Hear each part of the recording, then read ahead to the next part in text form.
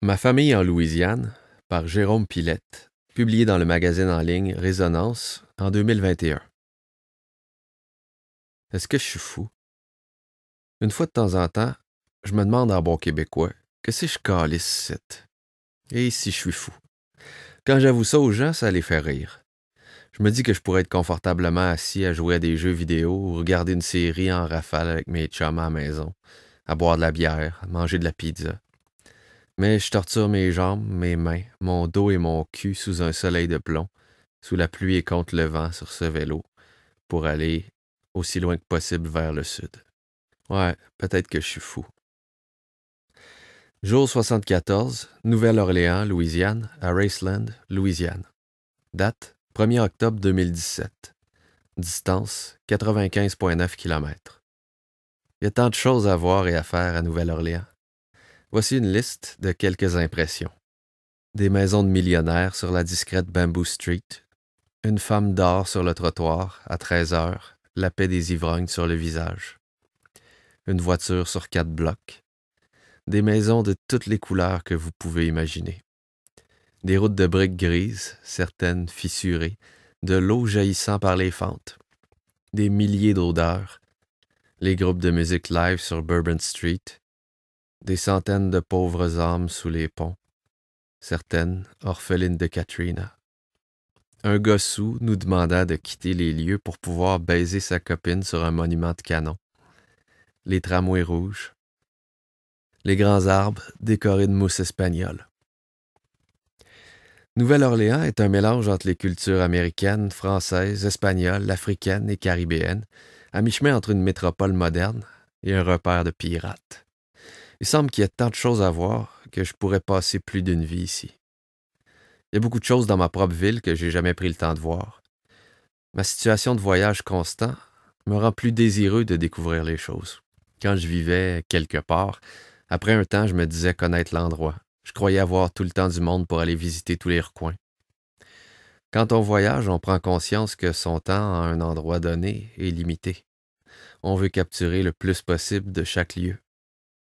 Je traverse toutes ces villes où je me verrais vivre, où, pour un instant, je me fantasme des vies. J'y passe tout au plus une poignée de jours, sans parfois connaître leur nuit. On ne connaît pas vraiment une ville quand on n'a pas connu ses nuits. La nuit, les villes montrent un autre visage. Je croise toutes ces vies pétillantes, tous ces gens dont je voudrais tout savoir, que je voudrais mes amis. C'est pas que je collectionne les gens, les endroits, les rencontres superficielles. Au contraire, c'est étonnant la profondeur des sujets qu'on peut partager avec des étrangers. On ne connaît pas bien les gens tant qu'on n'a pas sué avec eux, peiné avec eux. On change sous la pression, sous l'effort. On se connaît sans doute pas très bien soi-même tant qu'on n'a pas frappé ce mur, poussé cette note de plus pour aller plus loin. Adieu paresseux. J'ai dit au revoir à mes hôtes, Eleanor et Cindy. Zara dormait encore. Je laisse toujours des gens et des endroits sympas avec le cœur lourd. Quand on est moi, au cas où vous le seriez un jour, on tombe toujours en amour, au moins un peu. Avec des yeux, avec un trait de personnalité, avec une histoire d'amour mental faite de quelques secondes d'interaction.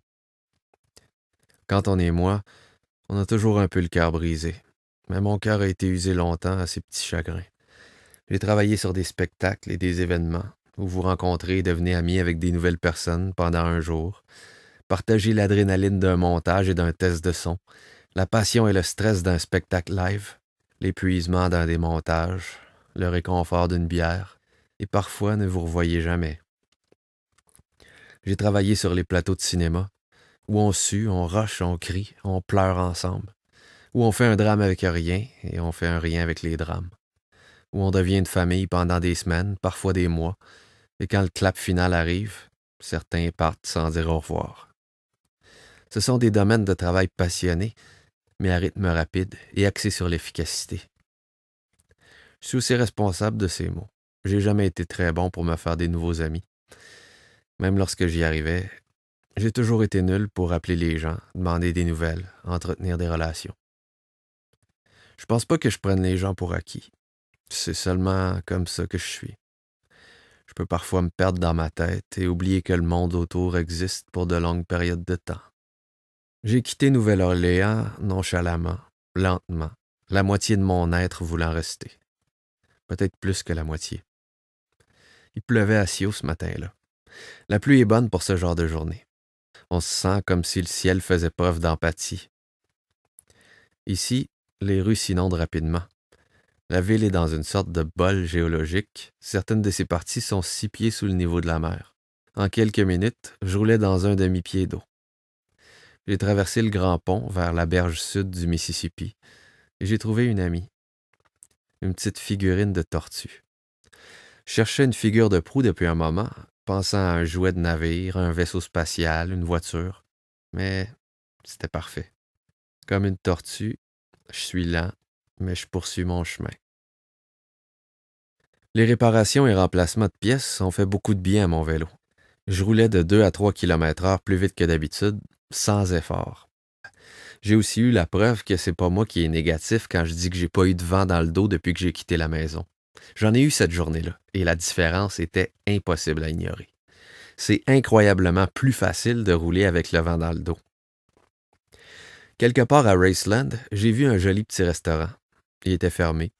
Il y avait des tables de pique-nique des deux côtés et un coin de gazon caché entre le patio arrière et la rivière. Il y avait un boyau d'arrosage, idéal pour une douche de hobo. Même s'il était tôt, ça me semblait un bon endroit pour passer la nuit. Après avoir mangé des doigts de poulet frit qu'une dame m'avait donnés en chemin, je me suis couché sur l'une des tables de pique-nique. J'ai reposé mon dos environ 10 minutes. Une voiture de police est arrivée. « Vous ne pouvez pas dormir ici », a dit l'officier sur un ton de question de sécurité nationale. Je dormais pas, je me reposais, ai-je répondu, de manière peut-être un peu trop effrontée. L'agent a ensuite posé une série de questions. Mes cartes d'identité, depuis combien de temps j'étais au pays, légalement, par quel poste frontalier, où j'allais. J'ai répondu fermement à toutes ces questions. Son attitude me laissait croire qu'il ne pouvait pas concevoir que quelqu'un fasse un voyage comme celui que j'étais en train de faire. Pour cet homme-là, la seule voie, c'était le travail et la famille. Point. Il a pris mes cartes et mon passeport, est allé dans sa voiture. Il est resté quelques minutes, est revenu avec une attitude plus détendue, rassuré que j'étais pas sur la liste des individus les plus recherchés par le FBI. Une partie de moi a pensé que le dernier endroit où il s'attendrait à ce que je me réfugie pour la nuit, c'était de revenir ici même, 10 minutes plus tard. Quelques personnes sur un balcon, en diagonale, de l'autre côté de la rue, me regardaient depuis un moment. Étaient-ils seulement curieux, ou bien c'étaient des vigilantes wannabes en manque d'héroïsme et cherchant un type suspect à tabasser? Peut-être qu'ils me regardaient depuis mon arrivée et avaient eux-mêmes contacté la police. J'avais pas envie de découvrir ce qu'ils voulaient. J'avais plus assez d'énergie pour les problèmes. J'ai quitté les lieux. J'ai poussé 15 kilomètres de plus après le restaurant et trouvé un coin pour camper. Un terrain vague entre des remorques et des camions, derrière un casino.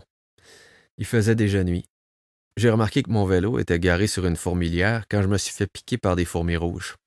Si un jour vous avez besoin de vous bouger le cul, asseyez-vous sur des fourmis rouges. Résultat rapide garanti. Derrière, il y avait une maison. J'ai monté ma tente aussi furtivement que possible. Un type est venu garer sa voiture, a jeté des sacs d'ordures dans une benne en écoutant Long Time par Boston. Ça a été ma berceuse. Jour 75, Raceland, Louisiane, jusqu'à Bayou Black Road, Louisiane. Distance 43,8 km. Qui a vécu ici? Un étage, 2 chambres, 2 salles de bain. Un salon-cuisine avec un grand comptoir qui servait peut-être aussi de table à manger. Dans la chambre du fond, un lit capitaine, sans matelas. Des autocollants d'étoiles fluorescentes au plafond. Un drapeau All-Star de la MLB au-dessus de la fenêtre. Dans les armoires de la cuisine, plus que quelques pots de crème glacée vides, des paquets de serviettes couleur Bourgogne, quelques produits ménagers et une bille. Enfant, je collectionnais les billes. Une bille provenant d'une maison abandonnée en Louisiane aurait représenté une fortune sentimentale dans ma collection. Des insectes morts, des crottes de souris ici et là. Les fenêtres bouchées avec des draps noirs. Une ampoule LED au-dessus de l'évier contraste avec l'aspect années 60 des lieux. Un couloir mène à la cour. Il y a une petite clôture à chien. À l'arrière, une remise. Un ballon de basketball à moitié dégonflé ou à moitié gonflé. C'est comme le verre, ça dépend de votre point de vue. Une petite canne à pêche, un baril de sable. Dehors, les herbes me vont aux épaules. Un chicken coop. Ça devait être une famille de 3. L'endroit a dû être inondé après un ouragan. J'ai étendu mon sac de couchage sur le lit capitaine. Des petits clous sur les murs devaient soutenir des photos. J'y ai accroché mes vêtements. Il a plu presque toute la journée. J'ai passé plusieurs heures à la bibliothèque de Houma, puis je me suis arrêté dans une charmante crèmerie. Le genre de crèmerie que vous mettriez dans un film comme Amélie Poulain. Après une délicieuse glace aux bonbons, je suis retourné sur la route pour quelques kilomètres. J'ai trouvé cette maison abandonnée vers 6 heures. J'ai regardé à gauche, à droite. Pas de trafic sur Bayou Black Road et pas de voisins proches. J'ai marché rapidement vers la porte. Elle était débarrée. L'endroit est poussiéreux et sent un peu le moisi, mais ça fera l'affaire pour la nuit. Jour 76, Bayou Black Road, Louisiane, à Nouvelle-Ibérie, Louisiane. Date 3 octobre 2017. Distance 122,3 km. Sur les bords de la Bayou Black Road cohabitent les usines, les fleurs, les déchets et les croix en hommage à ceux qui ont laissé leur vie. C'est la route où j'ai vu le plus de ces croix depuis mon départ. C'est pas très rassurant. Aujourd'hui, je suis passé par Morgan City, une ville dont la composition chimique est 50% chantier naval et 50% club de stripteaseuses. Il y avait aussi une raffinerie de canne à sucre et un petit kiosque à beignes. Pas des beignets, là. Des beignes. Des beignes massifs et pesants. Ma kryptonite. Je suis sincèrement une pute à beignes. Les beignes sont le sucre, mais les beignes sont aussi l'enfance. Les beignes signifient de bons moments avec mon grand-père. Quand j'avais 6 ou 7 ans, mon grand-père a commencé à m'emmener travailler sur la route de carton durant l'été. Il était dans le recyclage de carton. Chaque matin, nous nous arrêtions sans faute au Donut Shop et savourions nos beignes. En fin d'après-midi, nous arrêtions dans un autre Donut Shop sur le chemin du retour. Les beignes de Morgan City sont sans doute les plus gros que j'ai jamais mangés. En cours de jour, j'ai décidé d'améliorer mon record quotidien de distance. J'ai réussi de justesse en rôdant dans Nouvelle-Ibérie pour me trouver un endroit où dormir. Ça me semblait une charmante ville, même la nuit. La nuit, certaines villes se drapent plutôt d'une robe menaçante, mais pas celle-ci. J'étais fatigué de rouler, j'avais pas envie d'aérer. J'ai repéré un parc municipal, j'y suis entré et j'ai installé ma tente près d'un buisson, sans trop savoir ce qu'il y avait autour.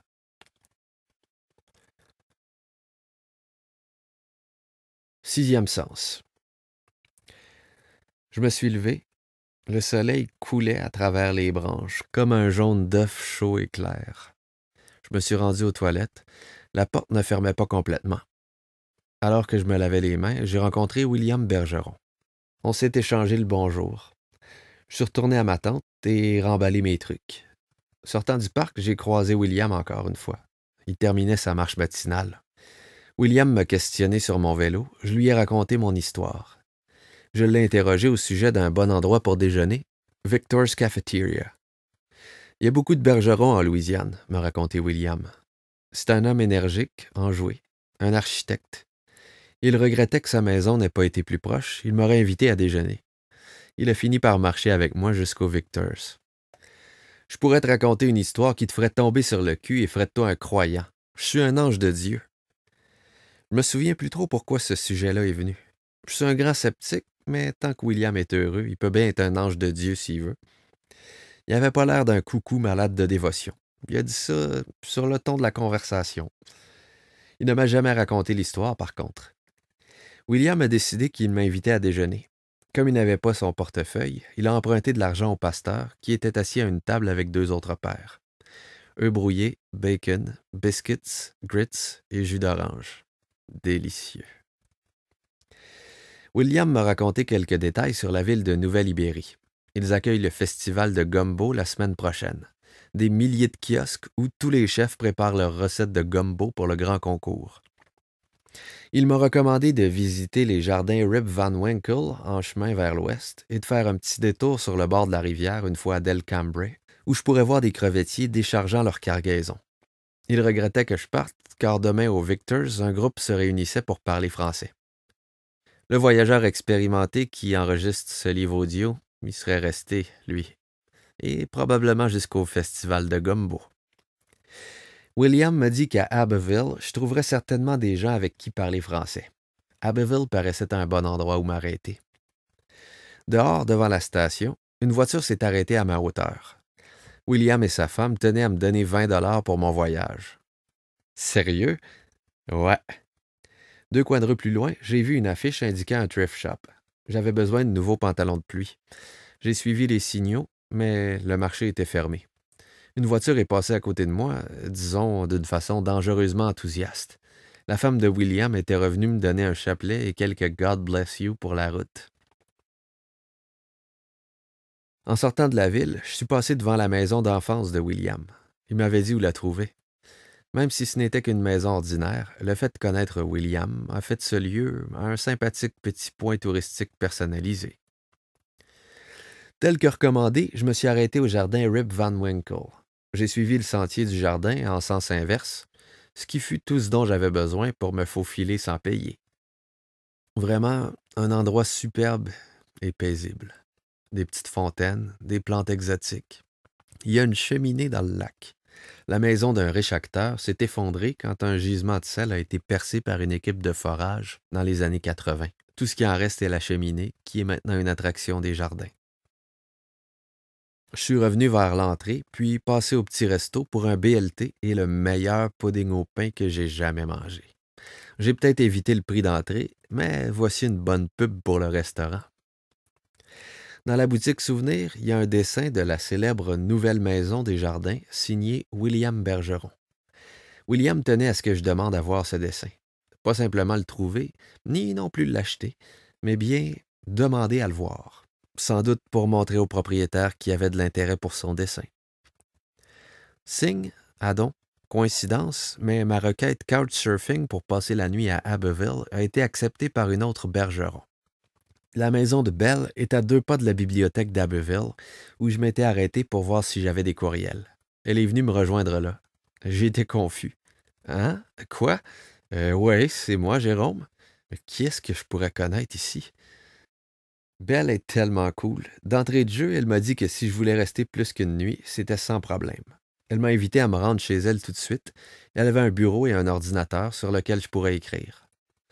Réfléchissant à un endroit où je pourrais parler un peu de français, elle m'a invité à aller voir un lancement d'album à Lafayette. Génial. En chemin, Belle m'a fait découvrir Lost Bayou Ramblers, un excellent groupe cajun. Trop bon. C'est comme du blues, du country, du cajun, du reggae, une tonne de genres différents qui sonnent distincts mais qui s'harmonisent parfaitement. Comme on disait sur les shows quand on pognait un bon band, ça sonne comme une tonne de briques. Ben, les Bayou Ramblers, c'est comme une tonne de briques qui dansent en salopette dans un mosh pit, un peu chaudasse sur le moonshine, avec un brin de paille dans sa grand gueule fendu par un sourire. Tu sais qu'elle va avoir une solide gueule de bois demain matin, mais elle donne tout ce qu'elle a pour le party. Belle m'a offert une sangria dans un chic petit bar et m'a initié à quelques expressions et coutumes locales. Ils disent « bruh » à la place de « bro ». Ils disent « cher » comme le faisait ma grand-mère, comme en Gaspésie, mais ils prononcent ça comme « chat ». Se promener sur la rue avec une consommation alcoolisée est habituel. En ce moment, le français est ramené à la mode dans la région par la vague Nouveau Cajun. En attendant le début du spectacle, nous sommes allés dans une boutique de t-shirts et souvenirs. Belle recevait sa monnaie après avoir acheté un souvenir pour son copain Charlie. Une autre tradition qu'on a ici, c'est que quand c'est la fête de quelqu'un, on lui épingle de l'argent sur sa chemise comme ça. Tu veux savoir quelque chose de drôle? Quoi? En fait, c'est vraiment ma fête aujourd'hui. Non, arrête, montre-moi tes cartes. J'avais prévu de dire à personne que c'était ma fête parce que ça aurait fait un peu Yo, c'est ma fête, célèbre-moi. Mais c'était trop drôle. Belle a senti que c'était ma fête. Et William qui m'avait payé la traite ce matin. C'est comme si l'univers savait que c'était mon anniversaire. Bonsoir Catin, le groupe qui faisait son lancement, était du type plus tranquille, faisant des covers de quelques classiques. Mais c'était aussi bien de découvrir la musique cajun plus traditionnelle. J'ai pu parler un brin de français avec les membres du groupe et certaines chansons avaient des paroles en français. On devait aller voir un jam au Blue Moon Hostel. Belle m'a offert une bière en sachant que c'était pour ma fête cette fois. Nous avons attendu un bout de temps. L'événement annoncé à 9 heures a été retardé à 10h30. Comme Belle travaillait le lendemain, nous avons quitté. Elle a offert de me payer un lit à l'hostel, histoire que je fasse le party pour ma fête. Mais sérieusement, je pouvais pas accepter ça. Je voulais quand même pas abuser de sa générosité. Et il y avait du gumbo au menu à la maison. Le Blue Moon Hostel avait une ambiance super. J'essayerai d'y retourner un jour. De retour chez Belle, elle a réchauffé un vrai gumbo maison. Saucisses épicées, poulet, sauce. Elle m'a conseillé d'ajouter de la salade de patates. Un délice. Mange ce que tu veux dans le frigo. Il y a des restes de barbecue, des saucisses et plein d'œufs, avait dit Belle avant de partir pour le travail. Elle est enseignante spécialisée. J'ai mis des vêtements dans la laveuse, la cafetière en marche et me suis fait une omelette avec de la saucisse. J'aime le sucre. J'aime les brownies. Alors quand j'ai vu des brownies dans le frigo, j'en ai mangé un. Vous voyez probablement déjà où cette histoire s'en va, hein? Après quelque chose comme 30 minutes, j'ai pensé « Attends une minute, et si c'était des brownies aux potes? » Non, je sentirais déjà le buzz. 15 minutes plus tard, j'étais gelé. Je veux dire, vraiment gelé. Je me suis mis de la musique et j'ai commencé à faire la vaisselle pour garder mon esprit concentré sur quelque chose. J'ai plutôt dansé la vaisselle. À un certain moment, je séchais une assiette en me tenant sur un pied, juste parce que ça me semblait la chose à faire. Belle a ses magnifiques poteries, assiettes, bols, tasses, si beaux que j'avais peur de les manipuler. Je les plaçais dans l'armoire avec beaucoup trop de précautions, comme si c'était de la nitroglycérine susceptible d'exploser au moindre faux mouvement. Sur les étagères de la fenêtre au-dessus de l'évier, elle a un bel ensemble de cristaux et d'artefacts, et un de ces petits chats chinois dorés qui agitent constamment la patte. En regardant ça, je me suis senti comme dans un dessin animé. Avec le soleil qui brillait à travers la fenêtre, c'était comme la scène de fin de Roger Rabbit où tous les personnages dansent et chantent. Belle a de superbes œuvres d'art partout dans sa maison. Ça me rappelait les appartements de ma tante Sarah. Peu importe où elle a déménagé, elle a toujours donné à ses logements une touche unique, une personnalité, avec des plantes, des figurines, des affiches, des meubles antiques. Belle et tante Sarah ont toutes les deux un œil pour trouver des objets uniques avec un petit quelque chose, une âme et une histoire. Après un temps, l'anxiété a embarqué et je m'inquiétais de ne pas avoir le temps de laisser passer le buzz avant que Belle et Charlie ne reviennent. Mais pourquoi est-ce que je m'en ferais avec ça? Ils avaient des brownies aux potes dans le frigo, ils s'en foutaient clairement que je sois gelé. Inexplicable anxiété de buzz. Peut-être que j'avais peur d'agir comme un mésadapté social. Mais le temps était ralenti. Ma lessive était encore dans la laveuse et il était même pas midi. Un peu plus tard, j'étais vraiment trop buzzé. Je me suis allongé sur le lit et j'ai regardé des vidéoclips pour laisser ma tête cuver la drogue. Vous savez quand vous avez de ces idées qui vous semblent géniales, mais que vous êtes trop fini pour prendre des notes? Je me souviens en avoir eu 3. Peut-être que si je les avais notées, je les relirais aujourd'hui et je me demanderais c'est quoi cette merde-là? Mais je ne l'ai pas fait et je suis pris avec le sentiment d'avoir perdu des bonnes idées. Je me sentais toujours comme si mon cerveau était de la guimauve quand Belle est revenue. C'était drôle, mais elle se sentait aussi désolée que je sois si défoncé. Elle m'a emmené faire un tour chez sa grand-mère. Elle devait prendre des photos de son artisanat pour préparer une vente. Je me suis promené dans le jardin pendant qu'elles étaient à l'intérieur. Nous sommes revenus et le reste de la journée est assez flou dans mon esprit. Je pense que j'ai essayé de l'absinthe avec Charlie. Il est chimiste et avait un procédé complexe pour la préparer afin de produire la bonne réaction chimique et la saveur recherchée. Charlie vient d'emménager chez Belle. Elle vivait avec un de ses meilleurs amis depuis 14 ans. L'ami est parti cette semaine. On peut dire qu'elle était un peu en peine d'amis. Charlie m'a raconté une blague de Boudreau et Thibodeau. En pays cajun, les blagues de B&T sont comme les blagues de Newfie au Québec. Un classique. Boudreau et Thibodeau vont à la ferme acheter des mules. En rentrant, Boudreau demande à Thibodeau « Mais Thibodeau, comment allons-nous savoir quelle mule appartient à qui? » Thibodeau répond Je vais couper l'oreille d'une de mes mules, alors nous saurons que ma mule est celle qui n'a qu'une oreille. Mais sur le chemin, les mules se querellent et l'une d'elles mord l'autre et lui arrache une oreille. Mais maintenant, comment allons-nous savoir quelle mule appartient à qui? Demande encore Boudreau. Je couperai l'autre oreille sur une des mules et nous saurons que ma mule est celle qui n'a pas d'oreille. Mais les mules recommencent bientôt à se battre. La mule sans oreille mord l'oreille restante de l'autre mule, si bien que les deux mules n'ont plus d'oreille. Mais Thibodeau, comment allons-nous savoir maintenant? Je prendrai la mule noire et tu prendras la blanche. Je me suis réveillé très relax. On dort bien chez Belle, surtout après une journée de brownies aux potes. L'anxiété de Buzz contracte les muscles d'une façon particulière. Ils sont très relâchés le lendemain, comme si on avait passé la nuit dans un spa. J'ai décidé d'aller faire un tour au musée sur le square juste à côté. Je voulais en apprendre plus sur la fameuse omelette géante d'Abbeville dont Belle m'avait parlé. Une charmante dame nommée Dorothy s'est chargée de me faire visiter. Elle m'a expliqué l'histoire de l'omelette tout en épissant son exposé de quelques mots en français. La tradition a commencé en France. C'était au temps de Napoléon, avant qu'il ne devienne empereur. Après une longue journée sur le champ de bataille, le général est arrivé dans un petit village et a demandé à ce qu'on lui prépare une omelette, ce que l'on fit. Bonaparte trouva l'omelette si délicieuse que le lendemain matin, il exigea qu'une omelette géante soit préparée pour son armée. Les villageois préparèrent l'omelette géante et l'armée fut nourrie. Ce devint une tradition dans le village de Bessières de préparer une omelette géante chaque année. Puis, ce devint un festival, puis d'autres villes du monde commencèrent à imiter la tradition, Abbeville en Louisiane, Rosario en Argentine et Granby au Québec, une ville où une partie de ma famille vit. Plus tôt, Belle m'avait montré 3 livres sur la culture cajun dans sa collection. Le design de la couverture de l'un d'eux était un imprimé des noms de diverses familles françaises en Louisiane. J'ai été surpris d'y voir le mien.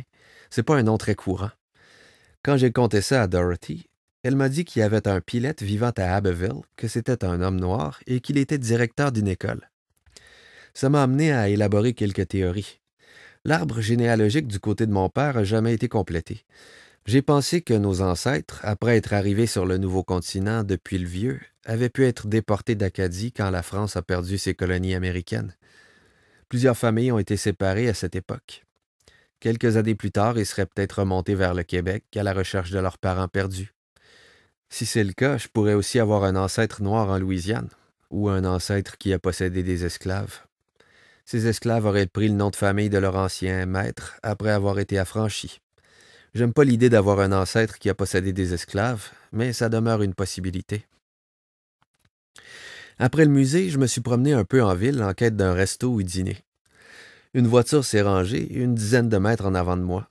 Je me suis dit, demandons une recommandation au conducteur. Jerome! Yeah? Je me demandais si c'était quelqu'un dont j'étais censé me rappeler de ma journée brumeuse d'hier. Mais c'était la mère de Belle. Elle m'avait reconnu d'après une photo avec un dollar bill épinglé sur ma chemise que Belle a mise sur Facebook. Maude a décidé de m'amener dîner au Riverfront, un restaurant où Belle et son frère ont déjà travaillé.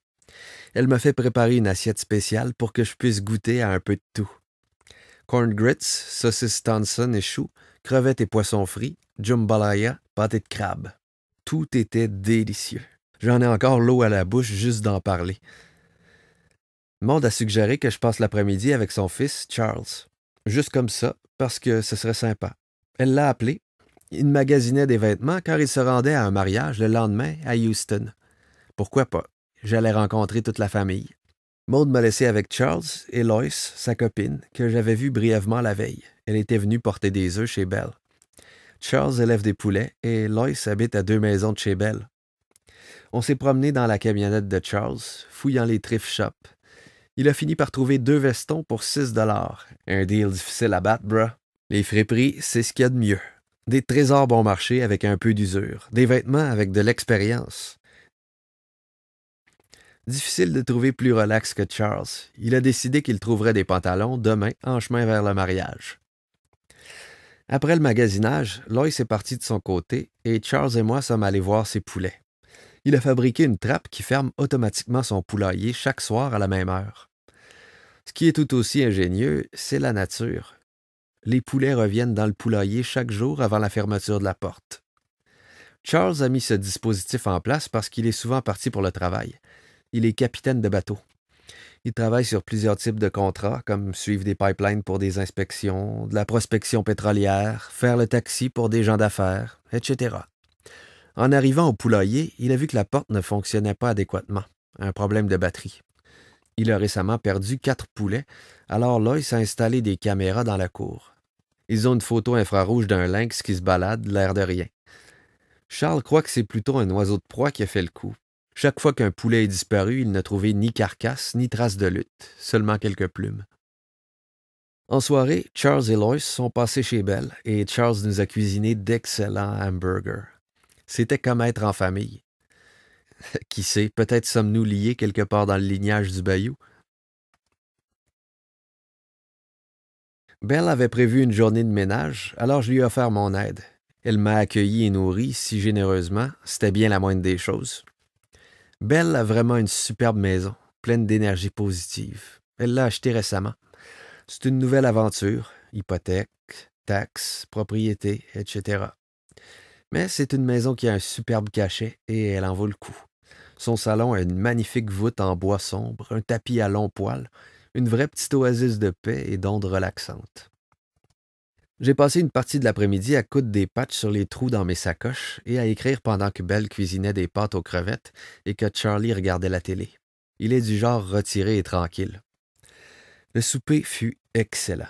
Belle a concocté un assaisonnement parfait. Si elle est comme moi, elle n'a rien noté et ça aurait été une recette unique. Plus tard, on a regardé un gala UFC. Charlie est un grand fan. C'était un bon gala. Demetrius Johnson a battu un record du nombre de défenses de titre.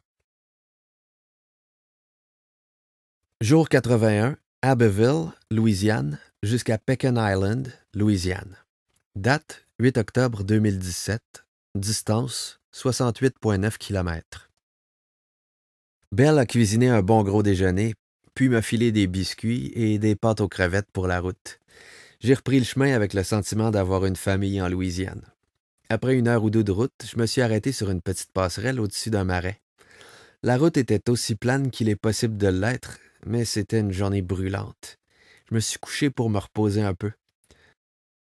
Quelque chose m'a dit de jeter un œil à ma droite. Un petit mouvement subtil à une douzaine de mètres plus loin. Un alligator. 3 de plus se sont montrés. La chaleur a vraiment eu raison de moi ce jour-là.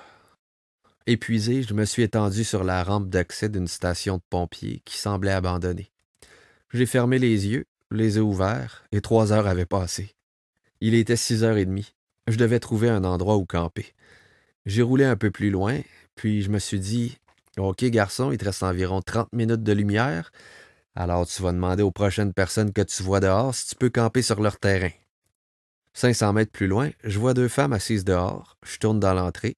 « Hey, t'es le couchsurfer de Belle? » Les tantes de Belle, Mary et Clara, m'accueillent avec une bière. Belle m'avait dit que son père habitait à Pecan Island et qu'il était parti sur un contrat. J'avais aucune idée qu'elle avait d'autres familles dans le coin. Coïncidence de fou, hein? J'ai commencé à monter ma tente, assiégée par un essaim de maringouins voraces. Je n'en avais jamais vu autant. Clara est venue me dire que je pouvais dormir dans une remise qu'elle avait derrière chez elle.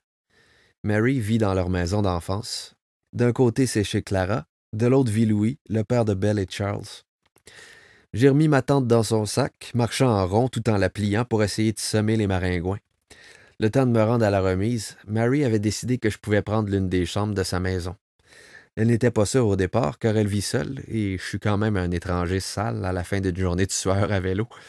Bref, j'ai déménagé 3 fois en 15 minutes. Mary m'a réchauffé des spaghettis pour souper. Alors que j'expliquais mon deuxième déménagement à Clara, son mari Oliver m'a invité à prendre un verre. Comme il était persuasif, j'ai accepté. Il ressemblait à Sir Michael Caine dans la fin cinquantaine, version américain grincheux. Je suis resté avec eux un moment, regardant la fin de Death Wish 4 et le début de Death Wish 5 avec Charles Bronson. Clara et Oliver ont un chien qui s'appelle Possum. C'est potentiellement le meilleur nom de chien que j'ai entendu. C'est un Blue Heeler australien. Oliver a eu un plaisir fou à le faire courir en rond avec un pointeur laser. Après un unique mais très grand verre de whisky 7-Up, j'ai souhaité bonne nuit à Clara et Oliver, puis je suis retourné chez la voisine. Mary m'a fait visiter la maison. Leur mère a eu 14 enfants. 7 d'entre eux sont décédés. 3 sont morts très jeunes durant l'ouragan Audrey en 1957. Mary travaille dans une usine de traitement de l'eau potable et Clara est capitaine de bateau, tout comme Charles et Louis. Mary m'a donné quelques artefacts, des pendentifs religieux, cartes de prière et des médailles que leur mère a gagnées lors des Olympiques pour aider de l'État de la Louisiane. Elle en a gagné plus d'une centaine au fil des ans, de quoi renvoyer Michael Phelps à la table à dessin. Après avoir soupé, j'ai pris un bain. C'était le premier depuis longtemps. C'est pas aussi original qu'une douche sous des arroseurs de terrain de golf comme à Bâton Rouge, mais c'est beaucoup plus relaxant. Bruh! J'avais environ 20 kilomètres à couvrir pour me rendre à Cameron. Là, je suis allé à la bibliothèque, écrit, rempli mes bouteilles d'eau, puis je me suis rendu à une plage toute proche. Belle avait hébergé une bikepackeuse il y a quelque temps. Elle avait campé sur cette plage-là et dit que c'était très bien. J'ai pensé que ce serait sympa de camper là, en plein devant le golfe du Mexique. L'endroit était très tranquille. J'étais seul avec un couple, Walter et sa copine. Ils voyageaient à moto. Walter a eu un accident et son dos lui fait mal depuis quelques années. Les docteurs ne lui recommandent pas des activités comme conduire une moto. Il a décidé d'envoyer paître les avis et d'essayer de profiter de la vie quand même. Plus j'allais vers le sud, plus les gens étaient alarmistes à propos de me rendre au Mexique. Ils me jetaient des regards du genre « Ouf, t'aimes les problèmes, toi ?» ou me parlaient des touristes qui se faisaient tuer près de la frontière, de la violence des cartels. Walter a été un des rares à penser que je m'en tirerais bien. Il a dit que les gars des cartels n'en auraient rien à faire d'un dude qui voyage à vélo, qui trouverait ça drôle et voudrait prendre des photos avec moi. Il a vécu 5 ans là-bas. Il m'a seulement recommandé de ne pas voyager la nuit dans les États du Nord et de m'arrêter dans des hôtels baratos plutôt que de camper. Je suis allé me baigner. En revenant près des douches, j'ai rencontré 2 amies de Belle. Elles avaient aussi vu la photo sur Facebook. Belle connaît tout le monde par ici. Je me rendais chez Charles le lendemain, mais comme il savait que je camperais sur cette plage, il est passé faire un tour. Il avait amené de la bière, un peu de whisky, un barbecue et son ami Ben. Chic type, style gentil géant. Nous avons mangé des saucisses, des ailes de poulet et des côtes levées. C'était de loin supérieur aux nouilles ramen que j'avais prévu me faire. Ils sont restés un bout de temps avec moi. Ils louent un camp tout près car ils travaillent dans le coin. Charles m'a donné son matelas de camping qu'il gardait dans sa camionnette. Jusqu'alors, je couchais directement sur le plancher de ma tente ou sur le sol. La façon dont il me l'a tendu, je crois, résume parfaitement à quel point ce mec est cool.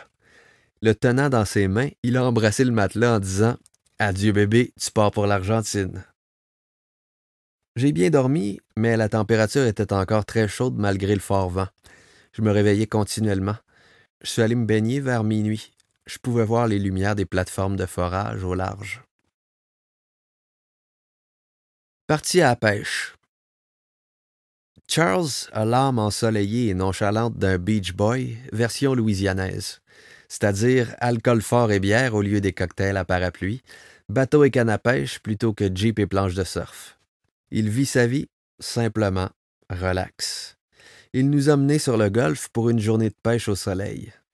Nous, c'est Ken, ami de longue date du père de Charles, Stan et Fulton, amis du secondaire de Ken, et moi. Moi, un Québécois se rendant aussi loin que possible vers le sud sur son vélo, un inconnu que sa sœur, Belle, a adopté il y a quelques jours. C'était une réunion pour Ken et ses amis. Ken est un brave type avec un bon sens de l'humour et qui boit beaucoup de bière. Il connaît Charles et sa famille depuis longtemps. Stan est le type farceur, un peu stressé, très loquace. Mais plus la journée passait, plus il se détendait. « Merci, j'avais vraiment besoin de ça », a-t-il dit à la fin de la journée. Fulton est le type tranquille et aimable. Des amis du secondaire dans la cinquantaine, réunis pour un voyage de pêche. C'était super. C'était comme un coup d'œil sur mon avenir. Assister à comment pourrait être une telle réunion avec mes propres amis quand j'aurai 50 ans. On reste en contact, mais la vie suit son cours. Les enfants naissent, les emplois, les amours, les voyages. Parfois, on se perd de vue. Nous nous sommes levés vers 5h30 car il fallait nous rendre au quai avant la ruée du matin. Beaucoup de gens vont pêcher les crevettes dans le Rockefeller Wildlife Refuge. Nous avons mis les bateaux à l'eau et navigué dans les marais pour un moment, jusqu'à l'endroit où ils débouchent sur le golfe. Visualisez une basse végétation verte de chaque côté, le bateau qui suit les détours sinueux de l'eau, puis le dernier croche qui ouvre l'horizon sur un lever de soleil de carte postale au-dessus des grandes eaux. Cette photo parfaite va, s'élargissant, s'élargissant, alors que vous avancez vers elle et sortez des marais, jusqu'à ce que la carte postale remplisse votre champ de vision complet. Nous avons d'abord lancé nos lignes à l'embouchure d'une rivière quelques milles à l'ouest, sans succès. Puis, Charles nous a menés vers une petite baie. Voir la faune, les centaines d'oiseaux s'envolant à notre approche, les bébés crabes courant sur la plage, les dauphins sautant, les flamants roses, les alligators, c'était comme être à l'intérieur d'un documentaire de la BBC. Dans la baie, nous avons chacun attrapé un poisson. Je ne sais pas si je pêcherai à nouveau, autrement que pour la survie. C'est relaxant et amusant de lancer la ligne, mais j'ai pas aimé tuer une créature vivante. Plus j'y pense, plus manger la viande de créatures que j'ai pas chassées, juste pour le goût, me semble immérité. Je sais que ça peut paraître étrange, car nous sommes tellement habitués à ça, mais nous, humains, chassions pour ça. Maintenant, c'est élevé, transformé, produit, servi. Bien sûr, on peut pas tous être des chasseurs, mais... Sur le chemin du retour, Charles est arrêté près d'un petit barrage pour lancer le filet à crevettes. Le lancer de la bonne manière est vraiment un art. Il en a attrapé quelques-unes, mais c'était pas une bonne journée pour les crevettes. Nous sommes retournés au camp de Louis. Quand je dis camp, visualisez une maison d'un étage de taille moyenne, se tenant sur des piliers d'une quinzaine de pieds. Quand vous êtes au lit la nuit et que quelqu'un marche vers la salle de bain, vous pouvez sentir tout le camp se balancer un peu. Si on était dans un film de Miyazaki, une maison comme ça se mettrait à marcher et à danser sur du Zydeco. Fulton a vidé les poissons près du bateau, parqué sous le camp. Nous avons bu quelques bières. Ken et moi avons enrobé les crevettes dans du bacon. Louis est revenu du travail. C'est un sacré personnage. De bonnes vibes lui aussi. Un bon vivant, posé, travaillant, endurci par le soleil. Nous avons partagé un excellent souper de tambours rouges et crevettes sur le barbecue. À un moment, un camion est passé pour répandre du pesticide à moustiques. C'est un service qui est fourni sur tous les terrains dans le coin. Louis lui a pointé une section avec sa lampe de poche. Le type n'a pas semblé aimer se faire dire quoi faire. Il a beurré tellement épais qu'il a failli nous asphyxier avec son nuage de pesticides.